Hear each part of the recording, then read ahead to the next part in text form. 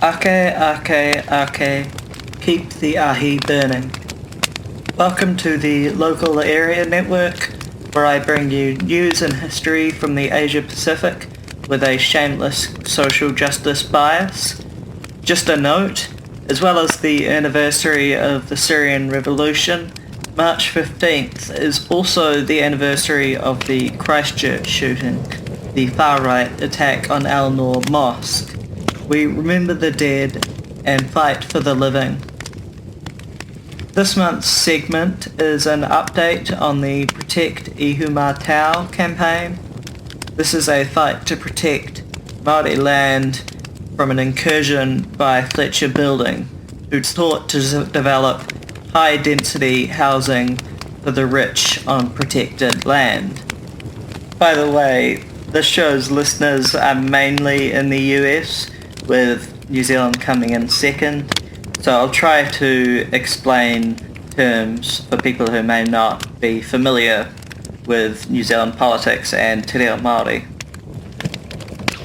Last year in September, when we first covered the Protect Ihumātao struggle, it was at its height of clashes with the police.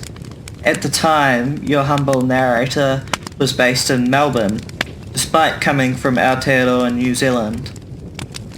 Since then, I've had a chance to visit, so this segment will mainly consist of my own experiences there, followed by an update on more recent developments.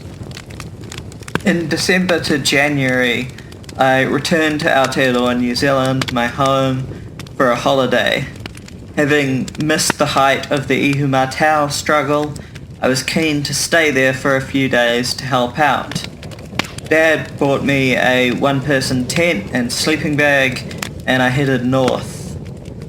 On messaging the campaign page on Facebook, they said they weren't generally taking on new campers, but they'd take me if I was willing to keep the fire burning. At the time, I thought this was a metaphor, but it turned out they literally wanted me to keep the ahi, or the campfire, going throughout the evening. A fellow ahika told me that the chant ake, ake, ake, keep the ahi burning, was a key slogan and chant of this counter-occupation. This refers back to the old line, ka whawhai tonu mātou, ake, ake, ake, or we will keep fighting forever and ever and ever. And ahi again means fire, hence keep the ahi burning. So keep the fire burning. They said they intended to keep this fire going until there was a resolution. So on the first night, I stayed up to 3 a.m. helping out. They were very generous hosts, offering food and help with this job, as well as a big orange jacket, high-vis jacket, keep warm during the night. It was a fairly relaxing job, to be honest, staring into the beautiful warm fire, adding logs once an hour or so, and it was great to be able to help out at all. After initially worrying that they didn't really need anyone, because without the cops there they didn't need as many bodies, it was more of a skeleton crew now. I then realised there were still jobs to keep things going, as leader Hania Newton and others negotiated. It was clear that negotiations were progressing, but not quite clear when they'd be resolved, although it's at the time seemed like they'd be resolved soon. As I mentioned, cops were no longer stationed on site and no longer attempting to clear protectors out, but they regularly would send a couple of people to monitor the campsite. The role of the ahika, although primarily being to keep the fire burning, also doubled as keeping an eye on the cops and liaising with them. While they shouldn't have been there at all in my view, they were not nearly as much of a threat as they had been. I stayed for a couple more nights and was relieved by other ahika on those nights, as well as doing a daytime shift by the fire. Having come from Naarm, or Melbourne in so-called Australia, I had a lot of conversations about the raging bushfires there at the time, and the shocking negligence of a right-wing government. The atmosphere was family-friendly, with kids playing in and around the garage, while the tactic of camping was superficially similar to the Occupy movement. This was a lot more well-organised and focused. Indigenous people have a history of such counter-occupations, like the 70s Bastion Point occupation in Aotearoa. After 3 nights there, I got a ride from one of the kaumātua to the bus exchange and took the bus down south back to my home city of Wellington, or Whanganui-a-Tara.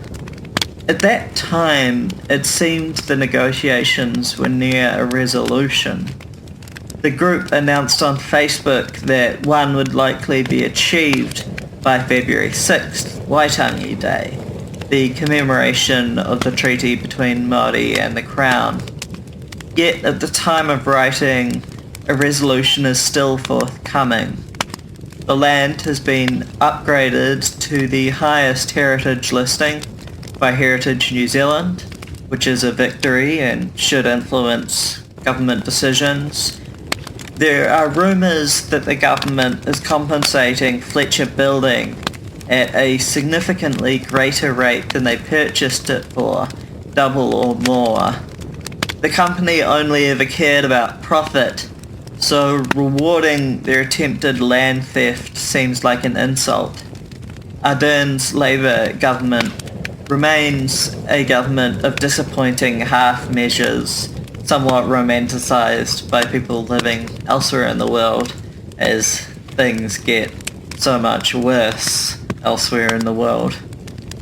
Yet it does seem overall like the Protect Ihumātao struggle basically won. It's maybe not won a complete victory, but at least has stopped the building and earned some right to the land, not that it needed to be earned. This is a rare victory in these dark times. You can keep up with updates on the Protect Ihumātao Facebook page, which we'll link in the description. If you found this useful, please consider setting up a monthly donation to our podcast Patreon at patreon.com/jetpack1917. Kia kaha, comrades. Keep the fire burning.